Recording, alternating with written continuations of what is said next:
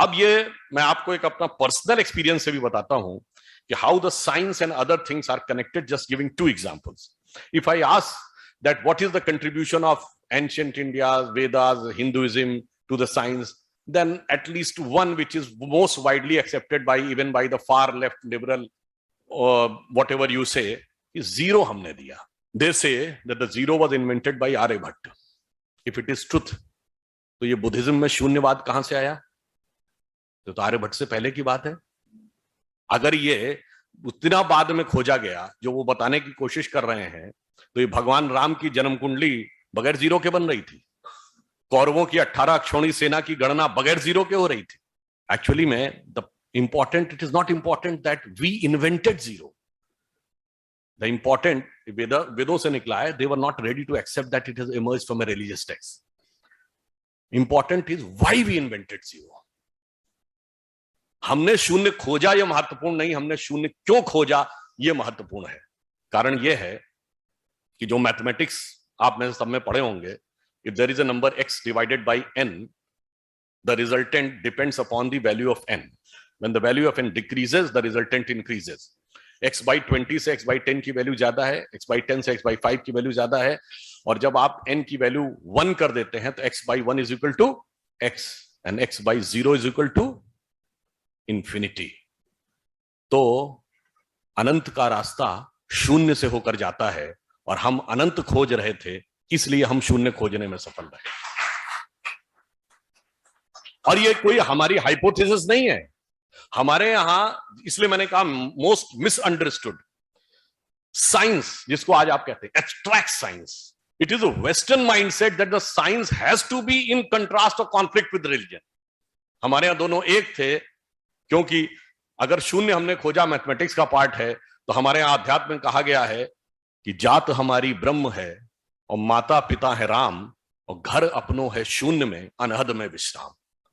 अब देखिए, purely spirituality से कनेक्ट हो जाता है. और मैं अपना एक एक्सपीरियंस बताता हूं. When I was in class 11, जो भी आप लोगों ने, जिन्होंने भी साइंस पढ़ी होगी, तो फिजिक्स में हाइजेनबर्ग अनसर्टेनिटी प्रिंसिपल हम लोग जमाने में 11th 12th में ही पढ़ाया जाता था.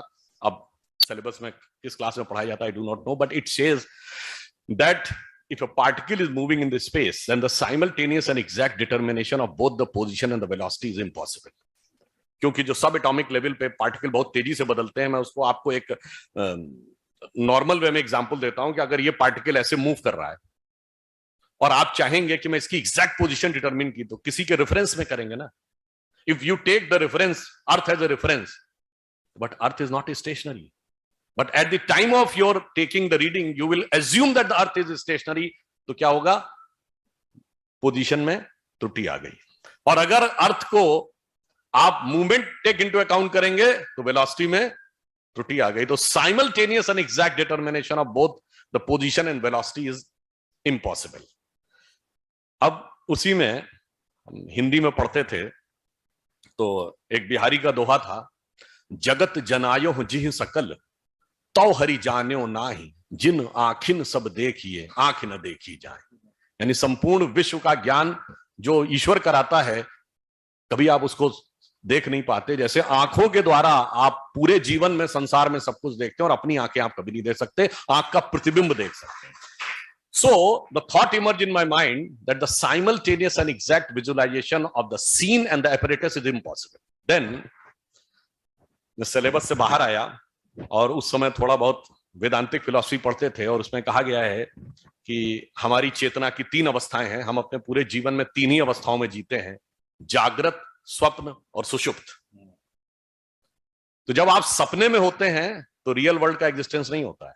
जब आपको सपने में लगता है शेर ने मुझे पकड़ लिया, तो आपको लगता पकड़ ही लिया. और जब आंख खुलती है तो आपको लगता आप ही की चेतना थी, वहां ना कोई शेर था ना कोई जंगल था. So the simultaneous and exact realization of the dream and the world is impossible. अब इसीलिए अब आप आइए, इस संसार में आपको 2 एक्सट्रीम टाइप के लोग मिलेंगे. एक जो एक्सट्रीमली मेटलिस्टिक है, कहां है भगवान, दिखाओ, कहीं नहीं दिखाई पड़ता, बकवास. और जिन्होंने सिद्धावस्था को प्राप्त कर लिया, they have attained the spiritual elevation, वो कहते कहां है संसार, ब्रह्म सत्यम जगन मिथ्या. वो कहते उमा कहो मैं अनुभव अपना, सत हरि भजन जगत सब सपना. So the simultaneous and exact realization of the God and the world is impossible. और अब फिर आ जाइए हिंदी के ही कबीर दास के चैप्टर के एक दोहे पे, जब मैं था तब हरि नहीं, अब हरि है मैं नाही, सब अंधियारा मिट गया जब दीपक देखा माहे। Now the Heisenberg theory of uncertainty got completed.